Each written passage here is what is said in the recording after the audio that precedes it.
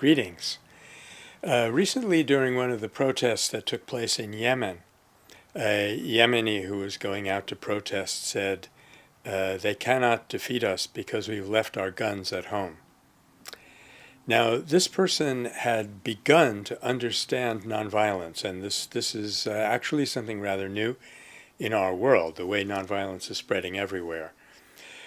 But as I say, he had only begun to understand it, and we're beginning to realize, we who really study the field, that nonviolence comes in different grades and different flavors, and different words have always been in the discourse, Mahatma Gandhi said, of the tremendous achievement of liberating India through nonviolence. He said, you haven't even begun to see the power of this thing. He said, so far we have seen the nonviolence of the weak, but I want to show you the nonviolence of the strong. So let's try to explore a little bit what he meant by that. I think that what the Yemeni protester was appealing to is a principle well known to us in the world of nonviolence, which is called the power of vulnerability. Many of the people who are victims of homicide in our world today, many of them, almost 2/3 according to some accounts, are victims of what's called victim-precipitated homicide. That is, they pull out a weapon to defend themselves and they're immediately killed by their opponent. Whereas if you can confront someone without weapons, you tend to disarm them. You tend to. It works rather well. But as I was saying in an earlier conversation with you, the human being can, roughly speaking, can be said to consist of mind, body, and spirit. And this is not just a hierarchy, it is an ascending, escalating hierarchy, so that the power of body is very limited compared to the power of speech or the development of ideas in the mind. And that power is very limited compared to the power of spirit, or what Gandhi called soul force. And if our Yemeni friend wanted to give voice to that final power, he would have said, they can't defeat us, or rather, even let's go further than that. We are going to be reconciled with them because we have left our hatred at home. Weapons are only an outer symbol, and they have a certain amount of power. And it's recently been shown that because most of the nonviolence that we've seen in the world, and it's really very widespread, has been only on this level of weapons and not on the level of attitude. Still, it's been very effective.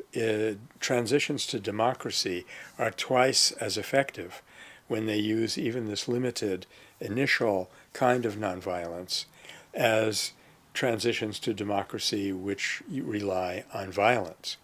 And they're faster, and far fewer people are injured. Let's take a simple comparison. In the year 2000, there was an uprising in Serbia to dislodge the then President Slobodan Milosevic. That uprising climaxed in a single day. No one was killed except one person who was killed in a traffic accident, and another had a heart attack, but that's kind of par for a city the size of Belgrade anyway on a given day. It cost relatively nothing.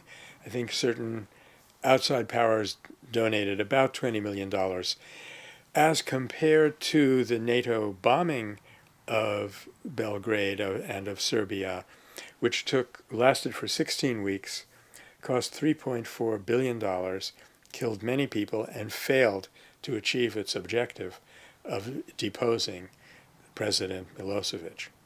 So that gives us an idea of the amount of power of even this initial kind of nonviolence. And why do I say that it was just the initial kind? Because the protesters often carried placards which were very insulting to President Milosevic. Don't get me wrong, I was no lover of his, and I'm very glad that he's out of power. But I'm glad that he's out of power for his sake, as well as for the sake of the Serbs. So when they held up posters saying, "Gotov je, he's finished," or even worse, "Kill yourself, Slovo," they were not purifying themselves of hatred. The ultimate power of nonviolence comes from the conversion of a negative state, a negative drive, like anger or fear. When we refuse to act out of anger or fear, that anger or fear doesn't go away. Miraculously enough, it converts itself into a creative power. Martin Luther King said, "We didn't lead to outbursts of anger. We harnessed anger under discipline for maximum effect." And Gandhi went so far as to say that the biggest lesson he had learned, the supreme lesson that any human being can learn, is to conserve your anger. Anger conserved turns into a power that can move the world. So on the level of body, if we refuse to strike out at others and we don't threaten them with weapons, we're using an initial type of nonviolence. And there was a term for this that was current for a while. It was called strategic nonviolence. It means you're doing it because you believe it's a good strategy. You could be reserving the notion that if this strategy doesn't work, you will revert to violence. And it has happened on many an occasion. I think of the Sharpeville massacre that took place in South Africa in 1960. Some 69 people, innocent, unarmed people, were killed by the military and by the police. And the ANC, African National Congress, decided, well, we tried nonviolence and it doesn't work, so now we have to go back to violence. And it wasn't until many years later, when Nelson Mandela was released from prison and the ANC went back to nonviolent strategies, that they succeeded in getting their freedom. So, we're not saying that nonviolence of body doesn't work. It definitely works. Scientists can show that now. It works better than violence any day. And one thing to be said in its favor, it's much easier. It's much easier if you need to act quickly and you need masses of people. You're not going to get masses of people to overcome all the hatred in their hearts, to have in their minds the belief that the well-being of the opponent and their own well-being are congruous, that they will support each other. So that is one advantage. It's good. It's a very good tool for deposing dictators. You can mobilize people very quickly. You're not demanding much of them. But, as they say, no pain, no gain. What you cannot do with strategic nonviolence, to use that term for the time being, nonviolence of body, what you cannot do is create democracies. And we've seen this over and over again. Particularly right now, I'm talking to you in the year 2013, we're seeing this in Egypt. Very effective at deposing Hosni Mubarak. No effect really yet that we've seen in terms of building a democracy. And finally, what strategic or body nonviolence cannot do, it cannot change our worldview. We live in a world where we believe that human beings are separate, material objects. We are doomed to compete for scarce resources, and we are doomed to compel one another through threats or ultimately violence. This is the very unfortunate worldview which prevails in the minds of many, many people.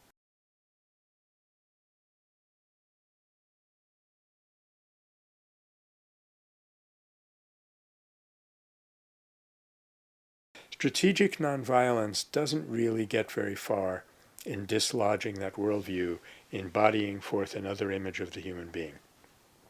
For this, we need the kind of nonviolence where you step up to a person, as a friend of mine did once in Virginia when he was in a lunch counter sit-in and was threatened by someone who was enraged and held a knife up to him and said, "This is going through your heart if you don't get out of here in 1 minute." Well, my friend had been sitting at that lunch counter for a day and a half, mostly going through the Lord's Prayer in his mind, which I guess gave him a kind of strength. He looked at his assailant, looked him in the eye, which he said was very difficult because it was the worst look of hate that he had ever seen. He looked him in the eye and said, "Brother, you do what you feel you have to do, and I'm going to try to love you no matter what." Well, astonishingly enough, that person, his hand began to tremble. He dropped his knife. He walked out of the lunch counter. People who saw him walking out said that he was crying. which again is not terribly uncommon in a nonviolent interaction. So what my friend David did was, you can just imagine the enormous fear that had welled up inside of him, and possibly a great deal of anger also. But he decided, I'm not going to act out of this anger or fear.